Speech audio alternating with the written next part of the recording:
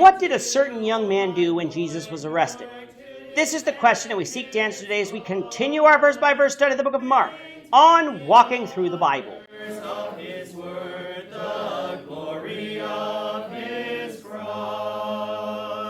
If you have a Bible with you, turn to Mark chapter 14. We're going to be reading from verses 43 to 52. If you don't have a Bible, don't worry. Just follow along with us on the screen. The version that we'll be reading from is the New King James Version. So, Mark chapter 14, beginning at verse 43. And immediately, while he was still speaking, Judas, one of the 12, with a great multitude with swords and clubs, came from the chief priests and the scribes and the elders. Now his betrayer had given them a signal, saying, "Whomever I kiss, he is the one. Seize him and lead him away safely." As soon as he had come, immediately he went up to him and said to him, "Rabbi, Rabbi," and kissed him. Then they laid their hands on him and took him.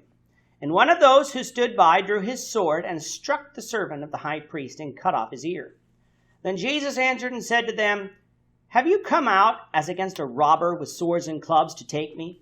I was daily with you in the temple teaching, and you did not seize me. But the scriptures must be fulfilled."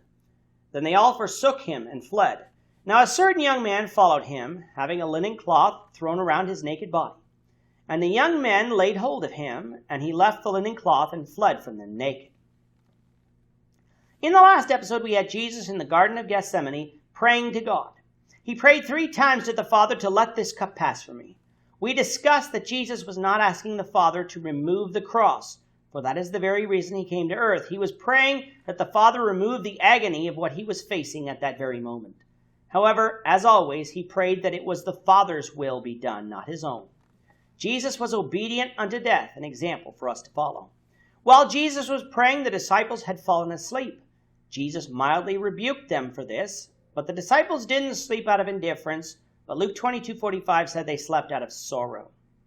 Indeed, the spirit was willing to watch with Jesus, but because of the late hour, probably approaching midnight, the flesh was weak, so they slept.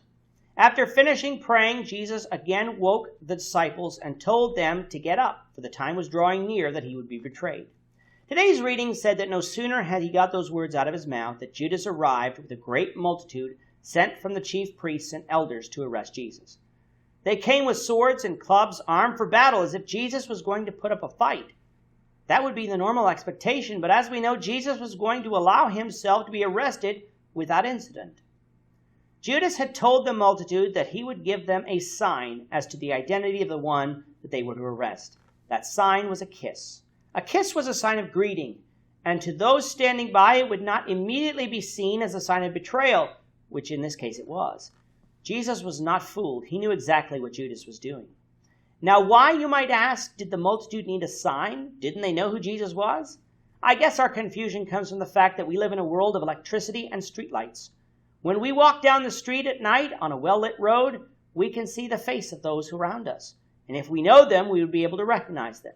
However, on the Mount of Olives, no lights exist. The book of John would relate that they have torches, but even then, these torches would not brighten the faces of those in the garden, but would simply allow them to climb the Mount of Olives without an issue. With Judas having been with Jesus for 3 years now, he knew who Jesus was even in the dark. So identifying Jesus with a kiss was a quick way to ensure that it was actually Jesus who was arrested. After Jesus had been taken, one of the disciples took his sword and struck the servant of the high priest and cut off his ear. We do not read of this disciple's name or the name of the high priest's servant, but since that will be revealed in future studies, we'll save those details for our study of those books. Before being led away, though, Jesus turned to the multitude and said, "You saw me teaching daily in the temple, but you didn't take me then." This is a reminder to us that the chief priests were acting out of cowardice, not out of desire for justice.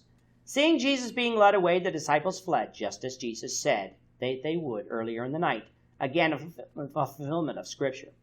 Mark adds something that Matthew leaves out. In verses 51 and 52, he describes a certain young man being there, having a linen cloth thrown around him in order to cover his nakedness. This probably would have been something like a robe. When one lay hold of him, he left the linen cloth and ran away naked. Many believe this could have been Mark, for very often in the Gospels, the writer does not identify himself.